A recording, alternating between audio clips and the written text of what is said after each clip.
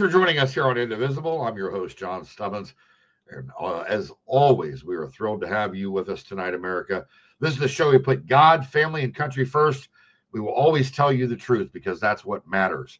Real quick, I just want to give a quick shout out to our, and by the way, I gotta just say, Saban Howard did an amazing job, master sculptor. If you have not been to the National Mall recently, I highly suggest that you come check out this beautiful, beautiful piece of sculpture that is now a permanent resident at the National Mall. This is called A Soldier's Journey. It is fantastic. Everything was bronzed and built over in the UK and shipped over in pieces. This will give you an idea of the breadth and scope of this amazing piece. But it is up at the National Mall permanently to stay, and we are very, very excited about that. Go to JohnStubbins.com, and you can go there now.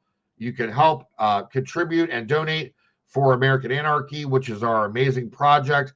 And also, you can try our amazing Pledge of Allegiance coffees under the umbrella. A pound of coffee, which is our breakfast blend. Indivisible, which is our medium roast. And our dark roast, which is under the brand of American Anarchy. They are phenomenal, outstanding Javas. They beat anything Starbucks has and beat anything that you're going to be able to get at your grocery store. And we'll deliver it right to your front door. And we are 100% veteran-owned and veteran-ran. You can see there's John Ferguson on the left. He is my partner in our venture.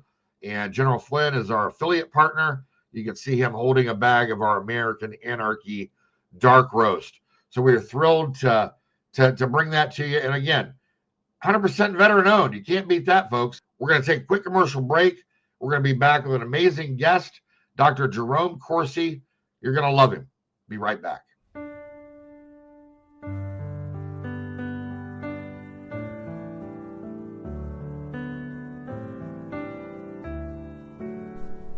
Here's to the overlooked, the overworked, the underappreciated.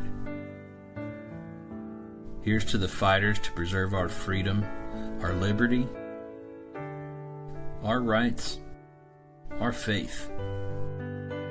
Here's to the workers, the farmers, the first responders, and those who serve so bravely in our military. Here's to Americans who proudly hold tight to our values: God, privacy, freedom of speech, life and liberty. Here's to the patriots who love this country and everything it stands for, who should never be canceled for believing in America and the blessings of liberty. Finally, there's a bank for you, Old Glory Bank, named after the flag that represents the fabric of this great country and the people of Old Glory Nation, the engine of America.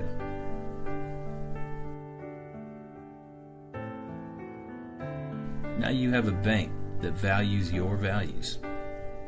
Now you have a bank that stands with you, no matter where you stand. Old Glory Bank. We stand with you. Member FDIC. Equal housing lender. We just love Old Glory Bank. Hope you got to catch, well, you're going to catch it soon. We did an amazing show with Mike Ring, CEO and president and co-founder of Old Glory Bank, and we're going to have that for you here. I think in about 2 weeks, that show is going to be premiering.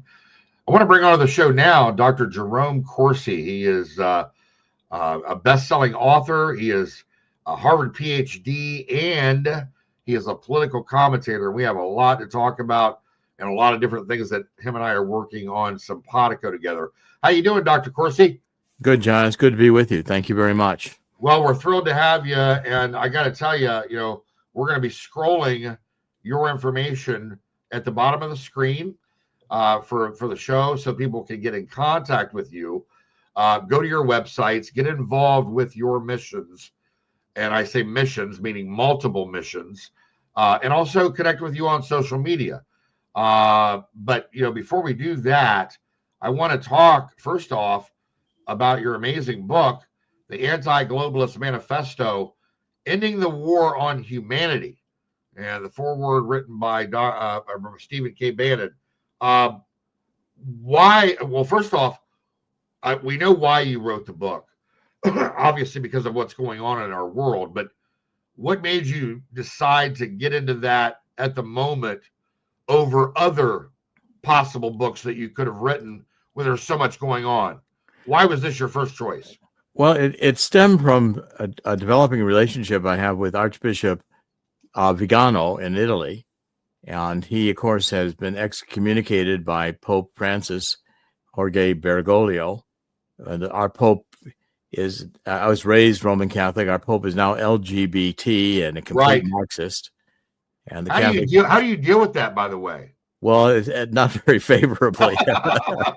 I mean, this is a church infiltrated by Satan, as far as I'm concerned. And we've been warned about this since the days of Pope Leo XIII, which was at the turn of the century, 1800s to 1900s. And the infiltration of Satan into the Catholic Church began, I think, with Vatican II. And it was part of this whole globalist movement. Sure. That even, I guess I first really became aware of it when hearing George H.W. Bush talking about a new world order. And I wondered why we needed a new world order. I was perfectly happy with the world order we currently had, which was the United States of America. That was good enough for me. I didn't know why we needed anything better.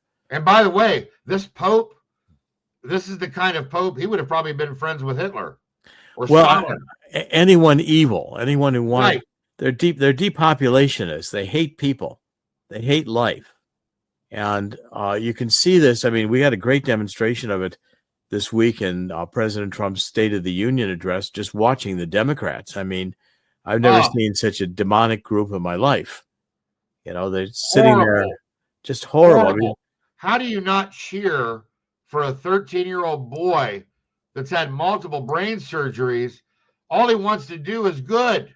Yeah, he wants to be a police officer. And so the head of the Secret Service makes him an honorary Secret Service agent, and he's holding it up, and it's heartbreaking to see this. The child and not only that, Dr. Corsi, but I tell you what, the instant other killer, and you see it over and over again, it's a pattern. Anytime that they bring anybody to the forefront that is a victim of an illegal immigrant killing a member of their family, they won't stand. There's no honor. There's no compassion. There's no love. It's pure, unadulterated evil. Hate. These people are filled with hatred. You can see the hate in them, and they exude hate. I mean, how can you, 97-year-old woman and her son is released from Russia because Donald Trump's intervention, and Biden did nothing. You see a woman who had been brain damaged by a male playing, a transgender, whatever, playing volleyball, and he spiked the volleyball viciously down on her head and caused brain damage. I mean, how does your heart not go? A mother who lost a daughter and, to illegal aliens killing her and brutally killing her. I mean, how can Democrats just sit there and hate that these things are brought forward, that what they want, the illegal immigrants, they want the transgenderism, they want everything evil. And as far as I can see, all the ideas the Democrats today, the Democrat communists or Democratic demonic, it's like a Satanist cult. They hate life. They want abortion to the moment of birth, the euthanasia, vaccines that don't prevent you from getting a disease but might kill you. I mean, the list goes on and on and on. Wars that we don't have to be fighting in Ukraine and the Middle East, which Donald Trump was not fighting in his first term, and I believe will bring to an end now. But this display of these people sitting there was chilling. I mean, it was it was evil. I couldn't believe it watching it. It really was. I tell you, it made me. I tell you, the best way to describe it for me would be embarrassed. I was embarrassed. That'd have been my number one thought, and then after that, just saddened. I mean, embarrassed because this is not the country that we grew up with. No, it's not. This is not the United States of America. No. And they've done everything in their power to bring us down. It's interesting because I've done so many deep dives with my friend Trevor Loudon into everything from Acorn to Thousand Currents to the Weather Underground, the Black Lives Matter, Antifa. We've done so many deep dives on these groups, and they just keep reinventing themselves and renaming themselves is all they do. But you see them in the streets. Now they're in these Palestine marches, okay, against the Jews. And we'll get into that in a minute with the Middle East. But my question to you is, do you think that war on our southern border with the cartels is imminent? I kind of do. Well, because they're killing people. First of all, I've known Trevor for years, and his work on Marxism and Maoism is second to none. He's brilliant on this, and love Trevor. And he has a phenomenal memory, and I encourage everybody to go to his website and buy his books, because you will not find a better expose on the anti-American nature of these movements. And now we're finding out with USAID and the work that Elon Musk is doing and this Doge group, how we're getting literally billions of dollars of U.S. tax dollars that are going to NGOs funneled to anti-American terrorist groups. The grants that Donald Trump read out create transgender mice in some some country nobody's even heard of. These people have lost their minds, and I literally mean lost their minds. They've lost their souls. And God bless my friend Tom Homan for all of his hard work. But there's so much to do. The border wall. I've got my friend Steve Robinson who's sitting there waiting to help build the border wall and more of it. We've got we're going to have to deal with drones. There's that. There's this. There's the cartels. There's the corrupt Mexican government on top of this. It's a mess. It's an absolute mess. But that's your question. I think that Donald Trump would be willing to use the military to go after the drug cartels if that's the last resort. If we have to. And I don't think he. And when I've met Tom Homan, I've seen Tom Homan speak in public, and he is resolute on. Oh yeah. He just says he loves his job, and he is so determined. Now, I think Tom is going to need private help. I think he's going to need contractors and the like to do the job. Exactly, and that's why we're here, Dr. Corsi. Well, I want to help in that. I want to help in that effort too, because we can help him. My group is connected to some of the best security and other firms that can help get this job done. Same here, brother. That's why that's probably why Keith decided to bring the two of us together. I think it's why Keith put the two of us together. Keith Mark, who does Hunter Nation, and he's another great American. And Donald Trump Jr. is part of that group, and they are another group who played a big role in the election victory in 2024. And we talk about people, all my audience, they're very familiar with Hunter Nation because they're not only one of our sponsors, but we talk about them on the show. Keith comes on, Ted comes on. We talk about Hunter Nation. In fact, I go on Ted's show as well with him and Keith. But real quick question about the Middle East. Yes. It's, this thing is, I think I read yesterday that now there's another possible threat. I don't know if you saw that article. There's a new possible threat over the Middle East. I didn't get into what that was yet, but we've got enough staring at us over there.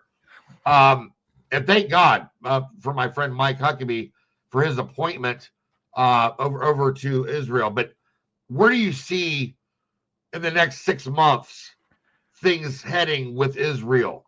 Well, I think, first of all, yesterday or through the last couple of days, we've been meeting with Hamas, which is unprecedented because we never meet with terrorist groups.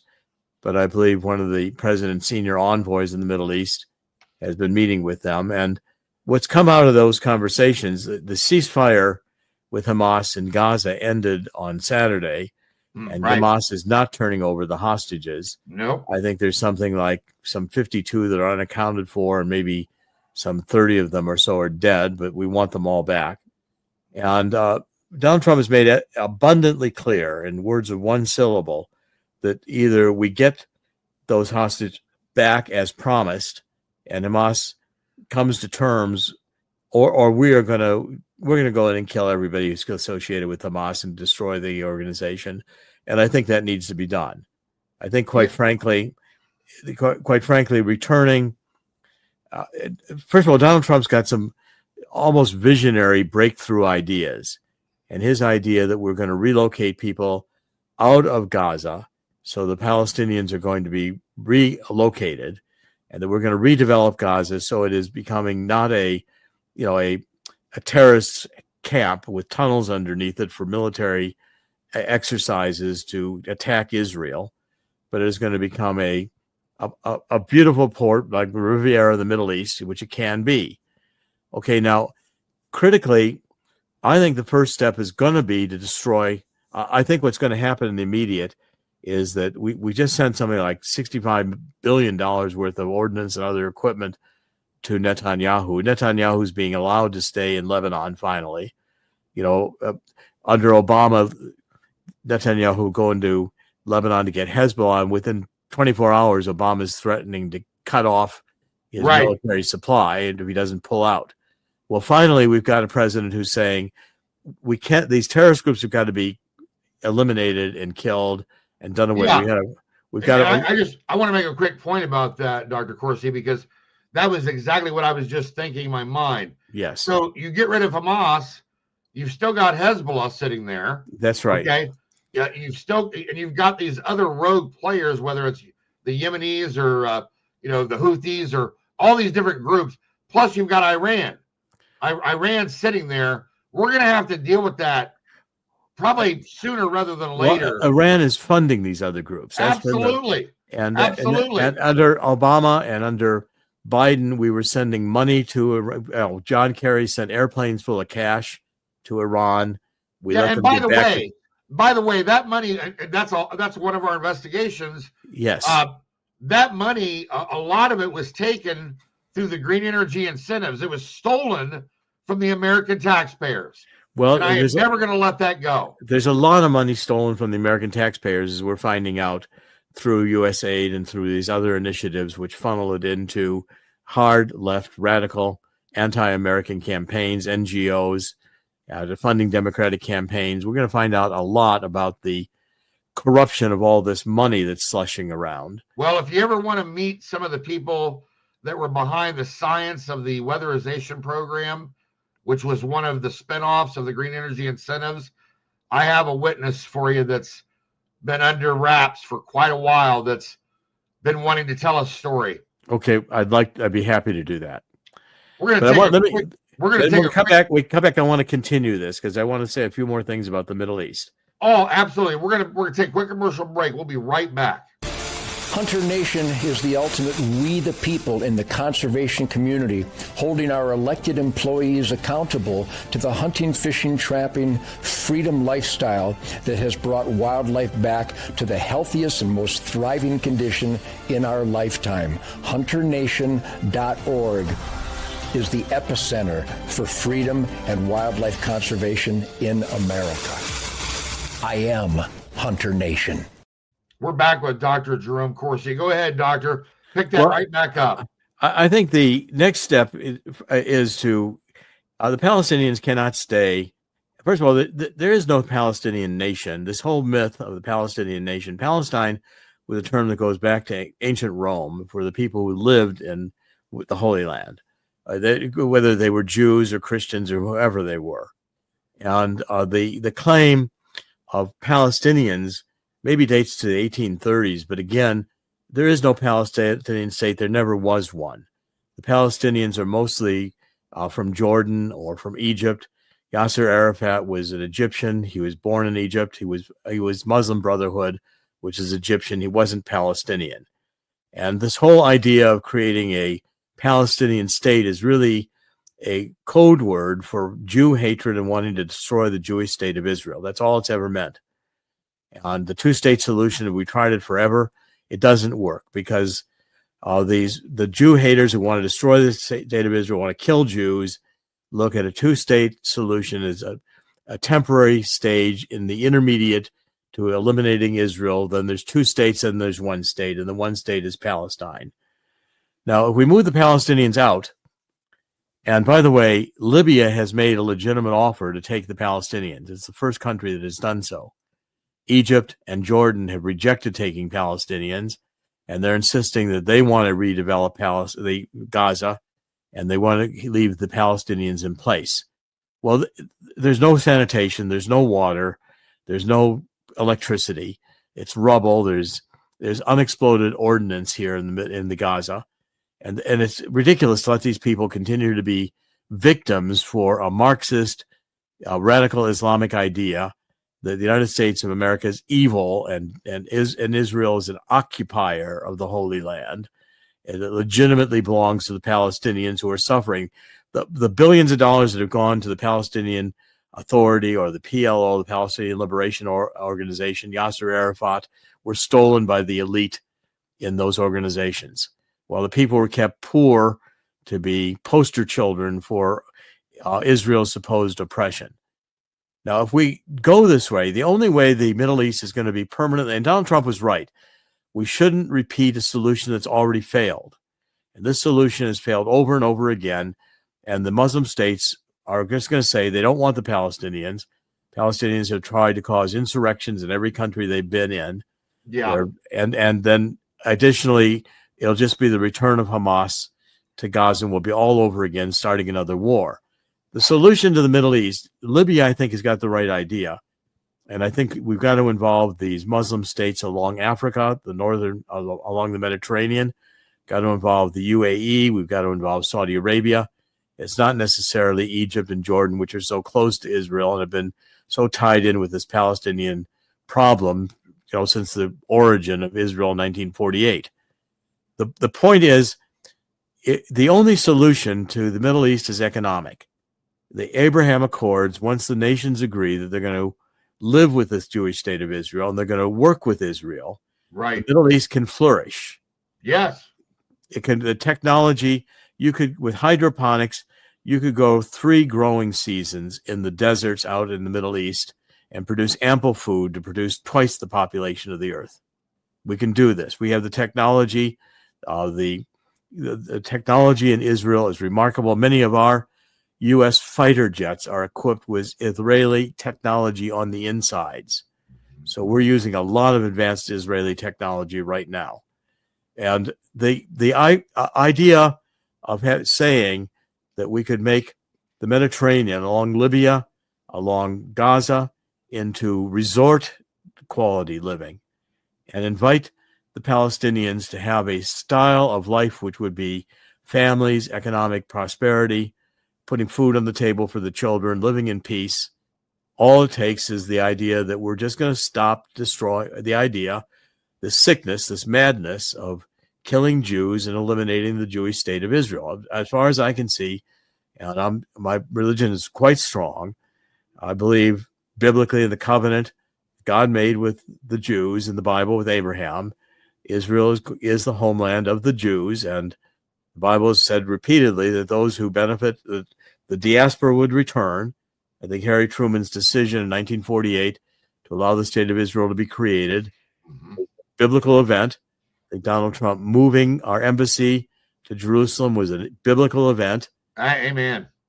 I think the State Department, which sent a coalition from Washington to the United Nations building in New York City the day the vote was taken to create Israel, to oppose President Truman on the decision. Our State Department has been globalist since the days of John Foster Dulles and Allen Dulles and the CIA. It's got to stop. Got to stop. I mean, we could make the Middle East flourish. The only solution is economic, and Donald Trump has hit upon it. And I think I see it going in stages. First, the plan of Egypt and Jordan has already been rejected by Donald Trump, and Donald Trump doesn't advance a plan that he's about to give up on. Right. So the idea is the Palestinians are going to have to realize they're going to be moved out of there. Yeah. It's going to take 10 years or more to redo. Just the way that it is. Gaza. It's just the way that it is. Facts of life. Listen, we've got a couple minutes left, Dr. Corsi. I want to hit on a couple things, and I want to talk about algorithms here. Yes. But you know, you don't have to comment on this, but you know, it just continues to bother me. This Gavin Newsom. You know, how do you think about the damage that he's done to the state of California just with not taking care of the forest and the wildfires out there? This guy is out of control. I don't know how you live with a guy like this, but they do. They continue to vote for him. They divert their water supply to save a smelt about that big, you know, and then they have no water to put out fires. By the way, speaking of that, President Trump did away with the bridge tax in New York City. I'm sure that probably made you happy. Yes, that was a good idea. You know what's crazy is back in the late 90s, I think I was paying $4 to go across the Lincoln or Holland tunnels, and now it's ridiculous. Oh, Let's it's ridiculous. get on to the algorithms. Yes. We've got about 2 minutes left. Go ahead and hit on that because I know that's what you're tackling big time right now. Yes, we're working with Ukraine. We're working with President Trump's attorney, Peter Ticktin, Ticktin. Good man. Brilliant. And we at God's Five Stones, our website, we found that there are codes that have been placed in the computers of the state boards of election, unknowns to the state boards of election. And these are kind of like intelligence agency cryptographic codes. They permit the creation of modified duplicate votes. So instead of there being one Jerome Corsi in the state of New Jersey, there's now 4. Jeez. And the others have different data. They may have a different date of birth or a different address. And the 3 of them are fictitious, but the algorithms permit them to be created, hidden, and then used in mail-in ballot schemes to be appearing to be legitimate votes because all 4 of the Jerome Corsis look like they're real people. Even though that's a nightmare. It's a night. Well, in the state of Florida, where Peter Ticktin has challenged an election in court, in this 14th district, which is Rocky Rockford lost to a Democrat named Castor. This is Tampa and St. Pete. And the fraud in this was obvious. I think we'll win this one. And Donald Trump can have a executive order. So in Florida, in 7 million voter rolls, records, there's approximately 1 million modified duplicates. This is a story that we're going to stay on. I appreciate you bringing that up. We got about 30 seconds left. Go ahead on Ukraine. Well, Ukraine, I think, has got to. Donald Trump again thrown Zelensky out, saying we're not going to fund any more war. We're going to fund peace. And the Europeans are saying, well, we'll go to war. You know, I guess the Europeans want to hide their crimes and all the things that probably is in these Jeffrey Epstein files, if we ever get them. You're going to find out the evil nature of these people running Europe. And they want to hide that. So they want to now go to war with Putin. Well, it's insanity. If the United States quits funding Ukraine and Zelensky, there is no war. If we quit funding NATO, there is no NATO. If we quit funding the United Nations, there is no United Nations. Amen. And I think we have to quit funding these evil things. I agree. Get rid of them.